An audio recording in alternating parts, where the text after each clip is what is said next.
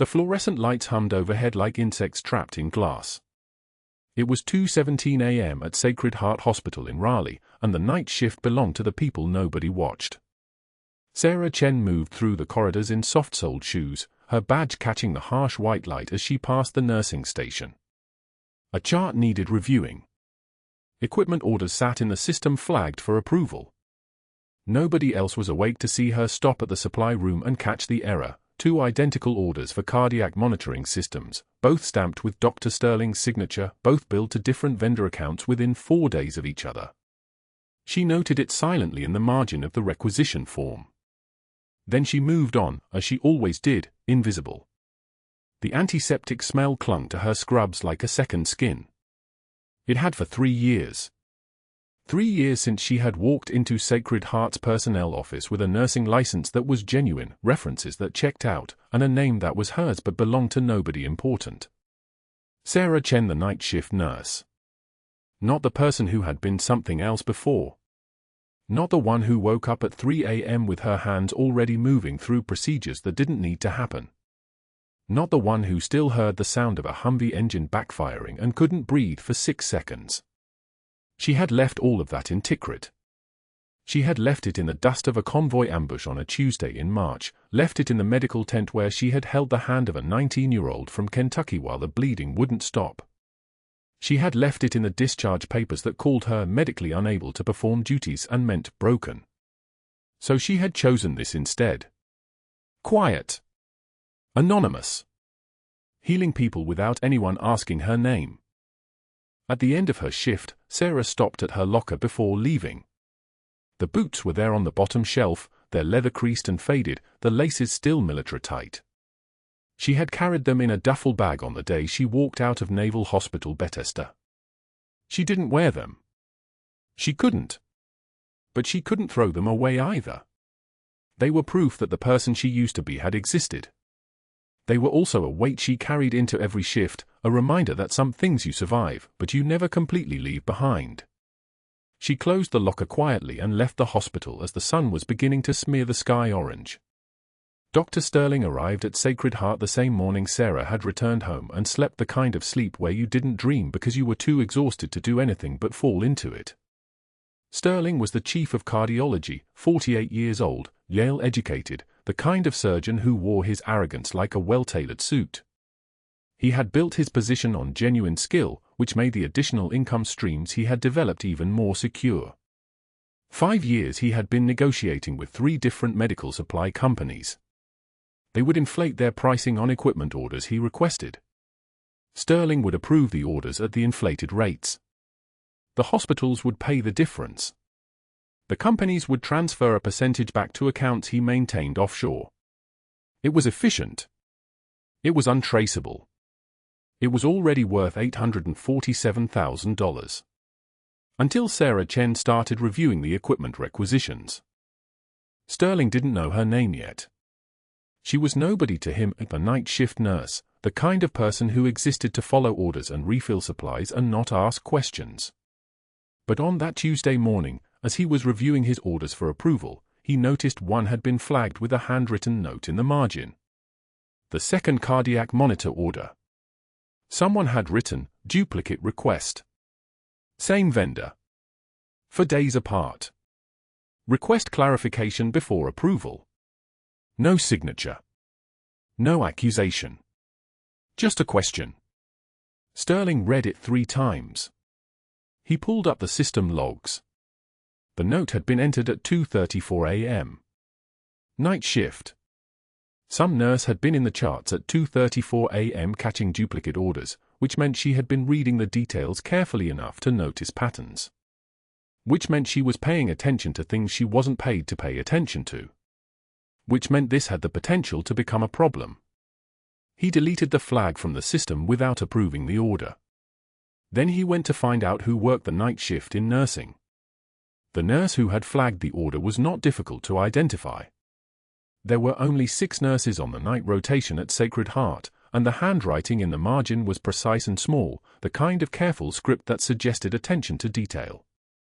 The personnel file showed, Sarah Chen, 34 years old, hired 3 years prior, no prior employment history beyond references from 2 nursing schools and a staffing agency. No social media. No family information. No emergency contacts listed beyond a generic pending. A ghost in scrubs. Sterling read through her file in his office with the door closed. She had never called in sick. She had never missed a shift. She had never caused any problems, which was exactly the problem. People who never caused problems were people who watched things. People who watched things were liabilities. He decided to have a conversation with her. But first, he needed to understand the scope of what she knew. Sterling spent that evening pulling up every equipment order he had placed in the past 6 months. He cross-referenced them with the supply company accounts. 63 orders. Approximately $347,000 in inflated billing across those orders alone. And now one nurse had noticed a pattern. One quiet, careful nurse who apparently reviewed equipment requisitions at 2 a.m. as part of her regular duties. He called a contact at one of the supply companies and had a brief conversation that ended with someone assuring him they would handle it. That was how Sterling operated. He didn't handle problems himself. He called people who owed him favors. He activated networks. He made problems disappear through channels. Sacred Heart's night shift existed in its own world, separate from the daytime doctors and the afternoon hierarchy. The fluorescent lights never brightened or dimmed. The rhythm was different, longer stretches of waiting interrupted by sudden crises. The staff moved with a kind of practiced calm that only came from working the hours when most of the hospital was quiet. Sarah had found a place here. She worked alongside nurses who didn't ask questions about her background. She treated patients who weren't looking for her resume. She existed in the kind of anonymity that felt like safety. The charge nurse on her shift was Marcus, a former Marine who had recognized something in her on the first day, the way she moved, the precision of her hands, the fact that she never panicked. He had asked her once, casually, over coffee at 3 a.m., military. And when she had hesitated for exactly 2 seconds too long, he had nodded and never asked again. They worked together like people who understood that some stories were not meant to be shared. She had been at Sacred Heart for 3 years, and in that time she had saved lives in ways that nobody would ever know. The elderly man with the heart arrhythmia that she had caught early on a Wednesday because she noticed his oxygen saturation dropping in patterns that suggested something irregular. The child who had come in with what looked like a standard viral infection until Sarah ran a separate blood panel because something about the presentation didn't match the diagnosis. The diabetic woman whose insulin pump had malfunctioned and would have gone unnoticed for another 12 hours if Sarah hadn't been reviewing the 4 lines. These were not dramatic saves. They were the quiet ones. The kind that happened because someone was paying attention in the dark hours when most people were asleep. The kind that nobody would ever see on a security camera or need to defend in a committee meeting. The locker room was empty when Sarah arrived for her shift on Thursday evening. She changed into scrubs, tied her hair back, and checked her phone before switching it to silent. Her apartment was empty. Her family believed she was working in Raleigh at a hospital and doing well. The truth was more complicated. The truth was that some wounds don't heal, they just scar over. The truth was that the sounds of Tikrit still lived in her nervous system, and sometimes a door slamming made her hands move instinctively toward a trauma kit that wasn't there. The truth was that she had learned to exist in the spaces between breaths, in the quiet hours when nobody expected her to be anything other than competent. She opened her locker and reached for her shoes, and her hand touched the edge of the combat boots. She didn't remove them. She just acknowledged they were there, the way you acknowledge the weight of something you've decided to carry. Then she closed the locker and headed to the ward. The chart review happened at 2:38 a.m. Sarah sat at the nursing station with the equipment requisitions in front of her, pulling up purchase orders and comparing them against actual inventory. The system was inefficient, orders would overlap, duplicates would slip through, vendors would charge different rates for the same equipment. It had become routine for her to catch these mistakes. 14 times in the past 8 months, she had flagged inconsistencies. 14 times, the orders had been corrected quietly, and the discrepancies had disappeared. She didn't think about why this mattered. She just noticed it the same way she noticed when a patient's heart rate was irregular or when someone's breathing pattern was wrong. Pattern recognition. The gift and curse of training your mind to see things others missed. She was reading through Dr. Sterling's requests, 3 orders for cardiac monitoring systems across 4 days, when she noted the duplicates. She flagged it. 2:34 a.m. Handwritten note in the margin, duplicate request. Same vendor. For days apart. Request clarification before approval. She filed the chart back in the system and moved on to her other duties. There was a patient in room 412 who needed her for changed. There was another patient who was post-op and whose pain management needed adjustment. There were 4 more hours until the day's shift arrived.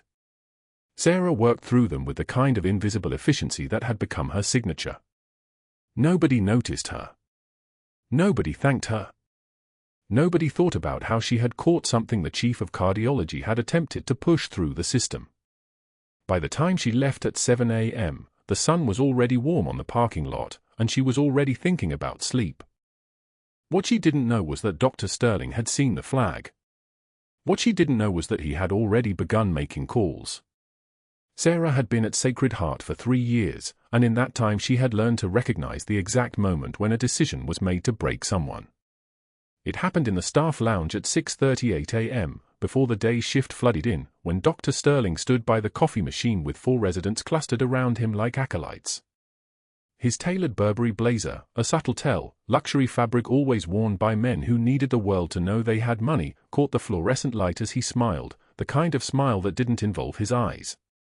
"I'm placing a friendly wager," Sterling announced, his voice pitched to carry just far enough. "That our midnight angel over there won't last the week. Anyone want in?" He didn't look at Sarah directly. He didn't need to. The words were bait, and he was testing which staff members would bite, which ones would be useful later. 2 residents laughed nervously. One, Dr. Patel, a good woman with a conscience, turned away and pretended to search for sugar she didn't need. Sarah filled her water bottle at the sink, her movements identical to every other morning. Hand steady. Posture upright. Boots, those worn combat boots she'd retrieved from her locker 10 minutes earlier, making no sound on the tile floor despite the deliberate weight of her gait. Sterling's network was already assembling itself. That was what she didn't understand yet, he wasn't operating alone. In his 5 years of running the billing scheme, he had cultivated relationships with exactly 3 board members who had received consulting fees totaling $427,000. He had cultivated a reputation as the golden boy of cardiology. He had built an architecture of protection so intricate that removing a single piece felt impossible to anyone who wasn't looking directly at the structure. And he had learned that the best way to dismantle a threat was not with force, but with doubt. The next morning at 11:22 a.m., Sarah was carrying her lunch tray, grilled chicken, steamed vegetables, black coffee, through the cafeteria when Sterling emerged from the serving line as if by accident. His hand was steady. His timing was precise. The tray flew upward at a shallow angle, calculated to maximize humiliation while maintaining deniability. Grilled chicken slid across the tile floor. The plate shattered into 3 clean pieces. Coffee splashed across the hem of her scrubs. "Oh, terribly sorry," Sterling said, his voice rich with false concern. He turned to the 3 nurses standing nearby, all watching with that particular combination of shock and apprehension that came from witnessing a power display. "These trays are so unwieldy, aren't they? Someone should really file a complaint with facilities." The dismissive laugh that followed was practiced. Polished. A man laughing at someone beneath him. Sarah crouched down. Her movements were slow, deliberate, each breath counted. 1, 2, 3. Her hands gathered the broken ceramic. She did not rush. She did not shake. She did not speak. The single tear that escaped down her left cheek was involuntary, adrenaline, frustration, the accumulated weight of trying to be invisible while sitting next to someone whose entire existence was designed to demand attention, but she wiped it away with the back of her wrist without breaking eye contact with the floor. When she stood, Sterling was still watching, expecting to see something. Submission. Anger. Tears that kept falling.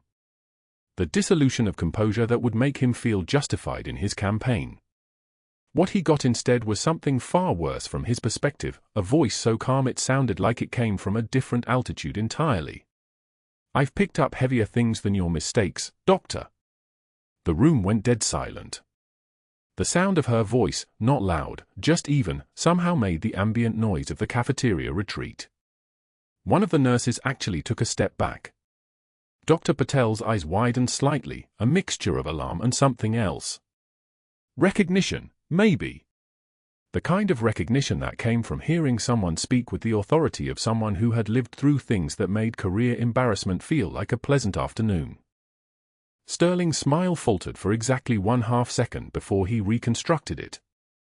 But that half second was important. It told him that what he had attempted, the casual cruelty, the public humiliation, the tray as a prop in a performance of dominance, had not landed the way he had calculated. She had bent down. She had complied. She had then raised her eyes and made him understand that his performance had been observed as a performance, and found it wanting. He didn't speak again. He turned and walked back through the cafeteria line, his Burberry blazer suddenly looking less like luxury and more like armor that wasn't fitting quite right anymore. Sarah cleaned the remaining chicken from the tile. She did not rejoin the cafeteria. She took her water bottle to the locker room, changed into fresh scrubs, and spent the next 3 minutes alone with her hands pressed against the cool metal of her locker door, breathing the way she had been taught in Tikrit. Tactical breathing, for counts in, for counts hold, for counts out. The combat boots inside the locker seemed to glow in the darkness. She had left them here on purpose, not for safety, but as reminder. As anchor. As proof that she had survived worse than a tray of food hitting the floor. But Sterling was already planning something else. Already calculating. Already making his first phone call to a board member named Hendricks, a man who had taken $89,000 in consulting fees for doing absolutely nothing. "We may have a morale problem on the night shift," Sterling said smoothly. "I'm considering whether a formal performance review might be necessary. Someone's been questioning protocols. Creating dissension. You know how these things spiral if they're not managed." The board member had heard this song before in different variations, and he understood the translation. "I have a problem and I need you to help me solve it because you are exposed if I go down." That same afternoon, at 3:38 p.m., Sarah was moving through the post-op recovery ward, checking vitals on a patient who had come through a routine cardiac ablation. The man was a Navy medic named Luis Vasquez, 28 years old, retired after a roadside device had taken his right eye and left him unable to deploy. He watched her hands as she placed the arterial line, noted the angle of her wrist as she approached the radial artery, and his breathing changed slightly. "That's a Tikrit stitch pattern," he whispered. The words came out hoarse, emotional. "Who trained you?" Sarah's hands did not stop moving. The line was in place, the monitor registering her work, the numbers climbing into normal range. But something had shifted in her chest, a door opening that she had hammered shut 3 years ago. She did not answer. She could not. Instead, she documented the vitals, checked his pain level at a 4, ordered medication, and stepped back with a nod that was neither confirmation nor denial. But Vasquez's eyes followed her out of the room, and he began making calculations of his own. Dr. Sterling stood in his office on the 5th floor, looking at the phone in his hand.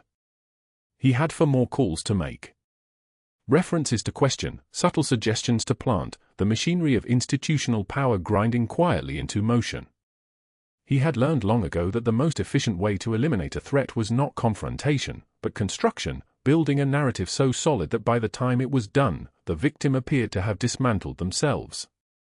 What he did not understand was that the woman he was building this narrative against had already been dismantled once, and had rebuilt herself into something that looked calm on the surface but was actually made entirely of training designed to survive siege conditions. The real problem was beginning to accelerate. 2:17 a.m. The ER doors burst open and everything changed. Captain James Waverley hit the stretcher like a sack of concrete, and the first thing Sarah noticed was his color, the grey-purple of a man drowning in his own chest.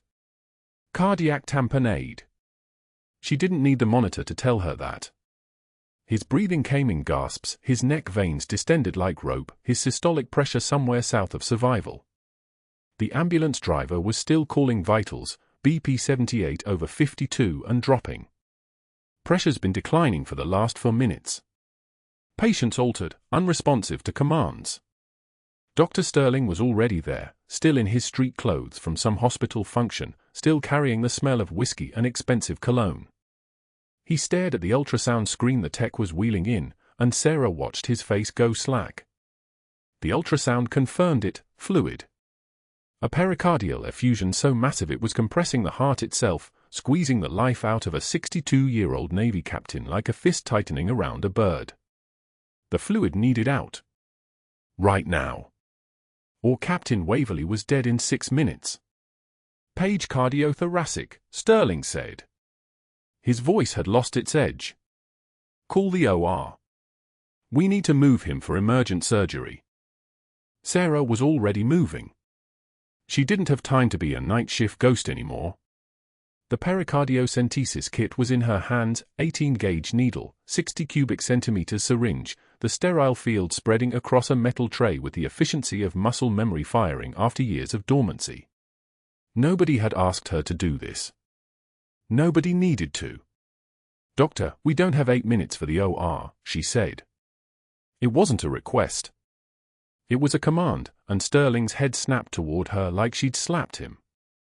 I beg your pardon. Needle decompression. Here. Now. Sarah was already opening the betadine swab. The pericardium's crushing his left ventricle. Every second we wait, his output drops. You're looking at cardiogenic shock within 120 seconds. Sterling's hands were trembling. She could see it from across the room, his fingers flexing and releasing like he was trying to remember how to hold something. He was frozen.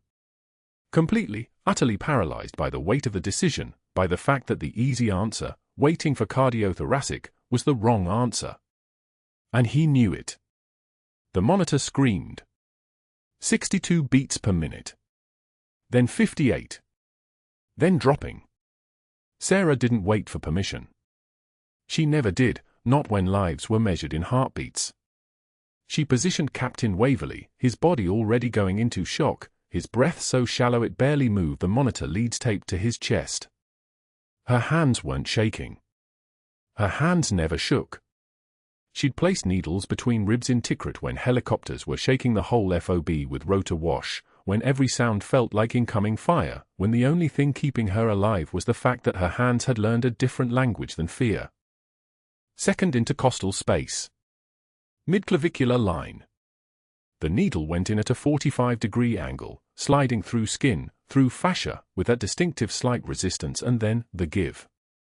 The pop.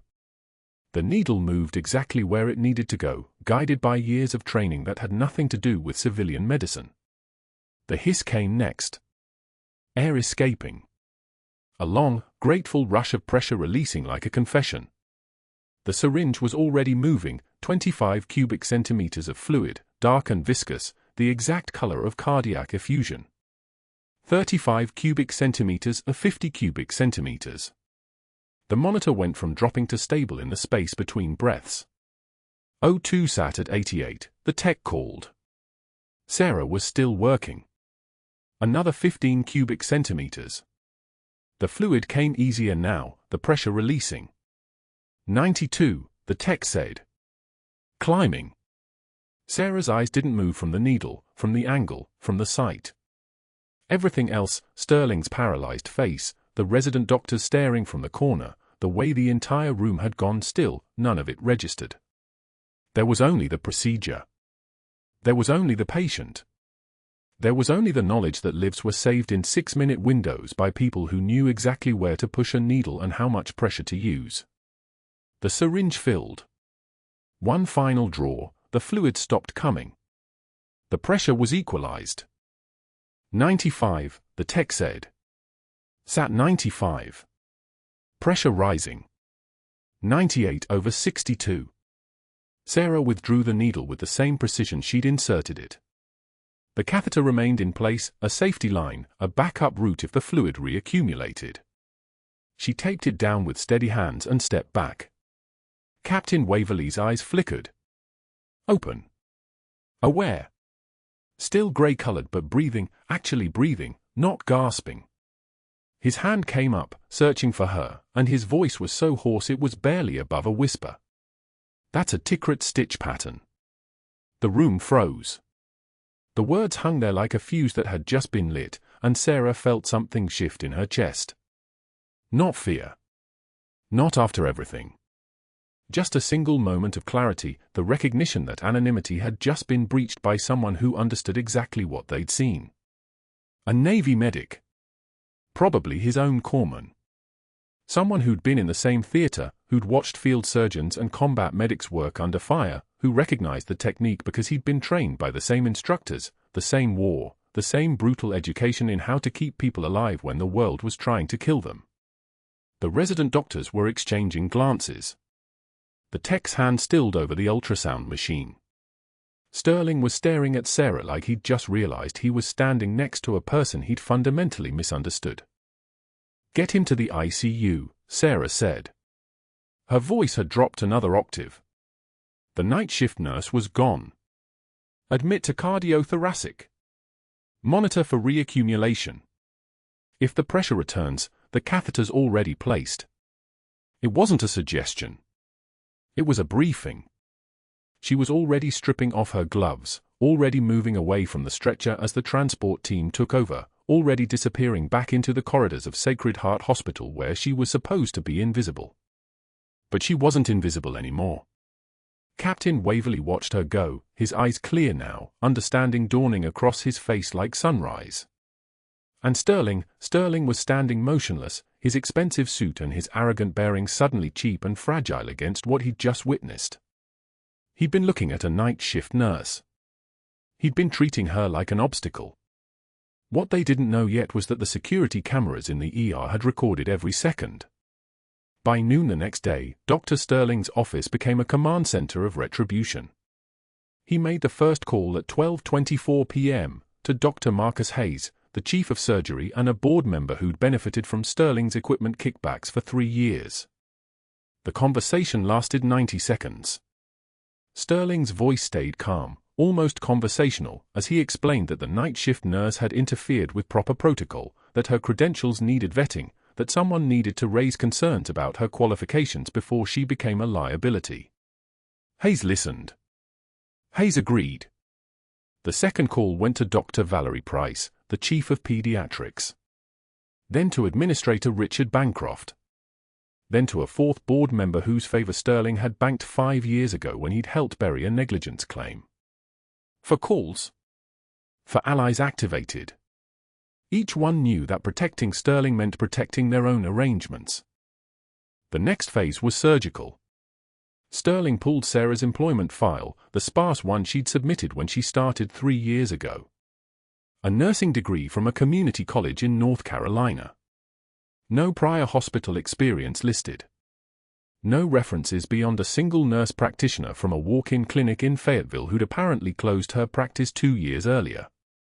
No military service. No detailed work history. Just a gap of 12 years before she'd materialized at Sacred Heart with a name and a pair of worn boots she kept locked in the staff locker. Sterling made more calls. By 2:16 p.m. he'd found the walk-in clinic nurse practitioner, Linda Vasquez, and initiated a conversation that went like this: I'm calling about a reference. Sarah Chen. Former employee. We're just doing due diligence before her next evaluation. Can you speak to her competence? Her reliability. Vasquez's hesitation was audible. She didn't remember Chen clearly. It was years ago. Sterling's next words were poison wrapped in concern. We've noticed some inconsistencies in her history. We're trying to be thorough. Anything unusual you recall? That was enough. Doubt planted. The seed of credibility damage had been sown. By 3:38 p.m., Sterling had brought in the external investigator, a private firm called Credential Integrity Solutions that specialized in vetting healthcare professionals for large institutions. The retainer was $5,000. Sterling paid it from a discretionary account. He sent them Sarah's file, her nursing degree copies, her 3 years of evaluations, and a memo that read, "Routine audit. Please review all certifications and prior employment history for inconsistencies. Particular attention to pre-employment work history and references. No accusations. No direct allegations. Just the appearance of thoroughness. Just the machinery of institutional power grinding forward with its own terrible momentum." The investigator's preliminary report landed on Sterling's desk by 4:22 p.m. They'd found nothing wrong, her degree was legitimate, her references were accurate as far as they could verify, her hospital evaluations were exemplary. But they noted in their summary that prior employment history remains difficult to verify due to limited documentation before 2021. That was all Sterling needed. Not a smoking gun. Just enough smoke to suggest fire. At 5:51 p.m., Sarah was called to the administrative office on the 3rd floor. Sterling was there. So was Bancroft. So was a woman from HR whose name Sarah didn't catch. They sat her down in a room that smelled like furniture polish and corporate fear. Sterling didn't raise his voice. He didn't need to. He simply explained that they'd initiated a routine credential review and discovered what appeared to be inconsistencies in her background documentation. That they needed to examine the discrepancies before she continued in patient care. That effective immediately, she was suspended pending the outcome of the investigation. That she should surrender her hospital badge and wait for formal notification of the review schedule. Sarah didn't defend herself. She didn't explain anything. She didn't tell them about the 12 years she couldn't discuss, the classified work she couldn't reference, the unit she couldn't name, the operation she couldn't describe. She couldn't tell them that every person she could have used as a reference was either dead or still in the field or bound by the same non-disclosure agreements that had locked her history behind government walls. So she simply nodded. She removed her badge from her neck and placed it on the table. She said, "When should I check back?" Her voice was hollow. "We'll contact you," Bancroft said. He couldn't meet her eyes. Sarah walked out of Sacred Heart Hospital at 6:08 p.m. on a Tuesday in October. She went to her locker, opened it with hands that remained perfectly steady, and removed only one thing, the pair of worn combat boots she'd kept there for 3 years. They were scuffed and cracked at the heels, the leather faded from sand and sun and the particular violence of being worn every day in a place where the ground was always too hot and the sky always too bright. She held them for a moment, boots in her hands like a confession she couldn't make. 3 days passed in a blur of numbness. 3 days of silence. 3 days of not calling anyone because there was no one to call. Her family thought she was fine. Her few friends from the hospital knew only the surface version of Sarah, quiet, reliable, professional. Nobody knew there was anyone else to know. By the 3rd day, the panic attacks started. They came like ambushes, sudden and suffocating, her chest tightening and her breath disappearing and her body convinced that the walls were too close, that something terrible was about to happen, that she was about to die. The attacks came every 2 hours, then every hour, then almost continuously. So at 11:22 p.m. on Friday, Sarah walked into the Veterans Affairs Medical Center in Raleigh and checked herself into the psychiatric intake. She sat in the waiting room surrounded by men and women in various states of crisis and recovery. An older man with a prosthetic leg was reading a newspaper he wasn't actually looking at. A younger woman sat with her head in her hands. A veteran missing part of his left arm stared at nothing. Sarah recognized some of them. Not by name, she'd never known their names. She recognized them because she'd held their wounds together in a field hospital in Kandahar province, or Helmand, or somewhere in between those places where the geography didn't matter and only the blood mattered. She sat on a plastic chair bolted to the floor, her combat boots on her feet, and she understood with the finality of a death sentence that she had walked into a room full of ghosts she'd created.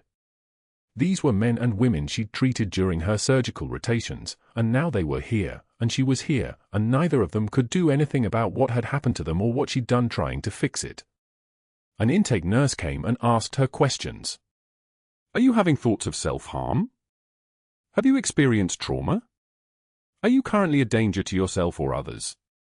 Sarah answered with the precision of someone filling out a medical form. "No. Yes. No." The nurse wasn't unkind. The nurse was professional. The nurse didn't know she was sitting across from the person who'd saved this woman's life, or tried to, or failed to save someone else's life while trying to save hers. By 2:06 a.m., Sarah was in a private room designated for acute psychiatric observation. The walls were institutional blue. There was a bed with a plastic mattress. There was a window that looked out onto the parking lot and the rain that had been falling since sunset, rain that drummed against the glass like the sound of helicopter rotors in the distance, which wasn't a metaphor, which was just what rain sounded like now, always, to someone like her. She sat on the edge of the bed. She pulled the combat boots off her feet and held them in her lap. She thought about throwing them in the trash. She thought about simply walking out and never coming back to North Carolina, or to Raleigh, or to anywhere that had a hospital. She thought about calling someone and telling them the truth, but she didn't know who. She'd spent 12 years making sure there was no one to call. She'd chosen anonymity the same way other people choose homes or marriages or children, with deliberation and commitment and the full understanding that this choice would cost her everything. The rain hammered against the window.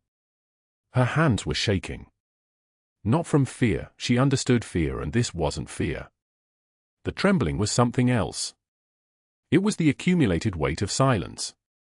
It was the price of staying hidden.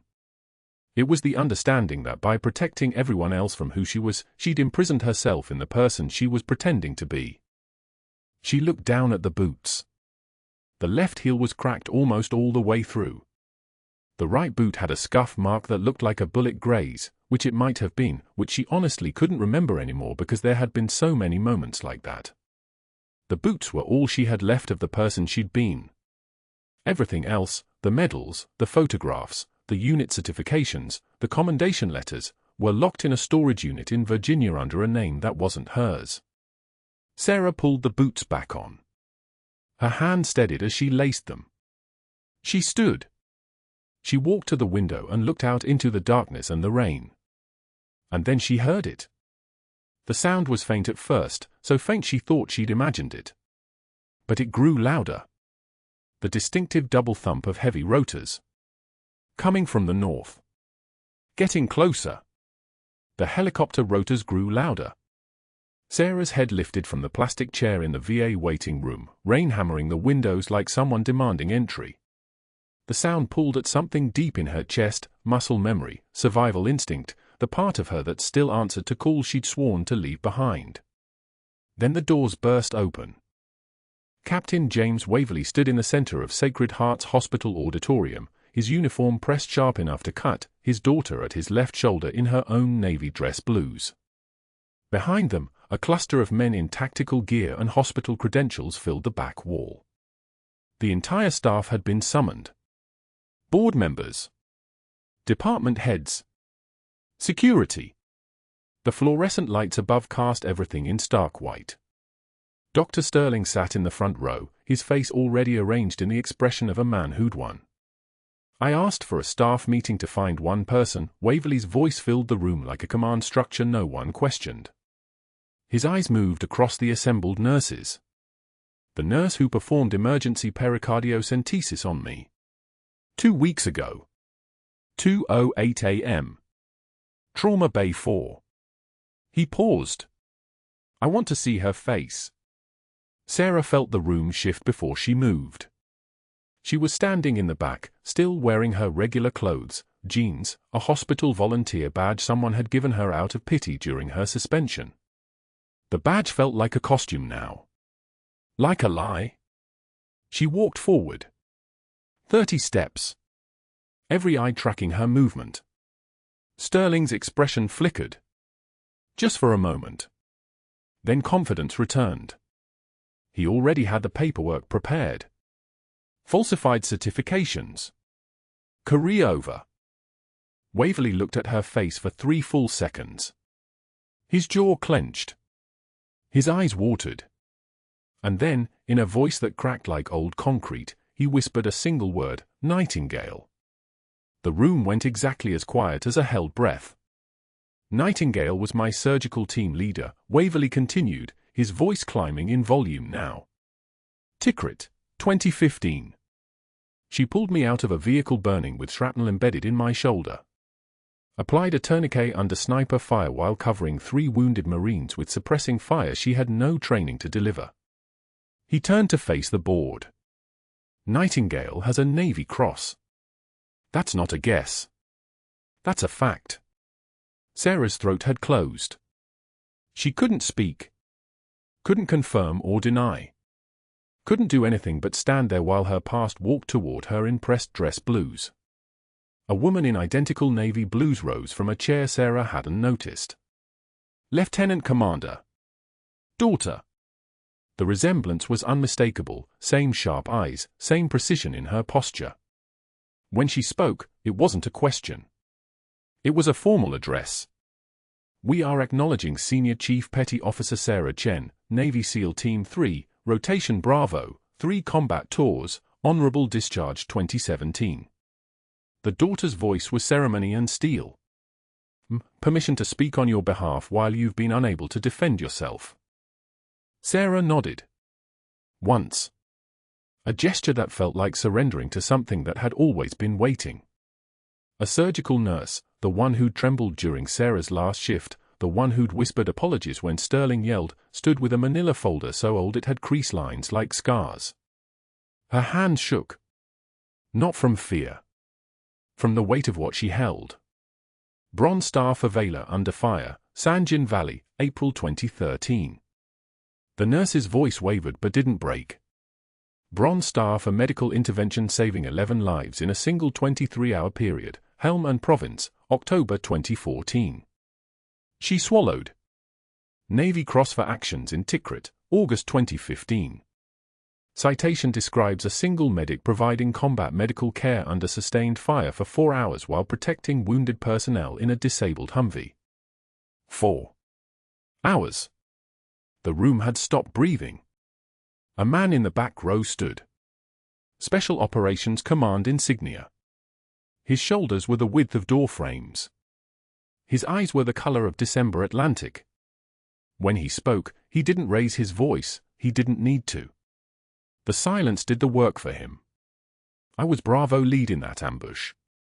I watched Nightingale move through that kill zone like she couldn't die. Shrapnel in her leg, never mentioned it. Rifle rounds punching through the vehicle door, she kept working. We got 13 of our boys out because this woman made decisions that cost her months in Walter Reed and 2 years of nightmares. He looked directly at Sarah. You were recommended for advancement to Master Chief. Your service record shows you voluntarily separated to pursue civilian life. There's no shame in that. There's only honor in knowing when you need to heal differently. Sterling's jaw had gone white. His hands gripped the chair arms with the pressure of a man trying to stay seated when every instinct screamed at him to run. He opened his mouth. Closed it. Opened it again. That's when the back door swung open with the weight of federal authority. 2 men in dark suits. FBI credentials clipped to their belts like promises. The lead agent's face carried the weathered look of someone who'd spent years untangling white-collar crime. He walked past Sarah without looking at her, past the applauding staff, straight toward Dr. Sterling. Dr. Robert Sterling. The agent's voice had the precision of someone reading charges. Our investigation into alleged credential fraud at Sacred Heart Hospital instead uncovered evidence of a 5-year insurance billing scheme involving artificially inflated equipment orders and kickback arrangements with 3 separate medical supply companies. Documents show cash payments totaling $847,000. Sterling's face had gone the color of old bone.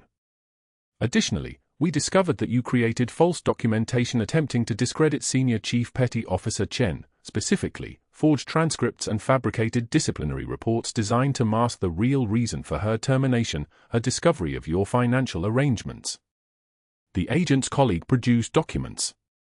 Photographs. Email chains. Everything. That constitutes federal obstruction of justice, conspiracy to commit fraud, and document forgery. You're under arrest. The cuffs came out. Silver. Clinical. The sound they made clicking around Sterling's wrists was like the final note of a song nobody wanted to hear end this way, but they did want it. Actually, they wanted it very much, they just hadn't expected the speed of it. You can't do this. You don't understand. I've been at this hospital for 23 years. I've performed 17,000 surgeries. Sterling's voice had climbed into the range of panic, of desperation, the controlled arrogance finally cracking open to show the fear underneath. He was sweating now. His shirt collar looked too tight. This is a misunderstanding. Sarah wouldn't testify against me. She wouldn't even speak. She just took it. She took all of it. Which is why federal charges don't require her testimony, the agent said flatly. They led him out.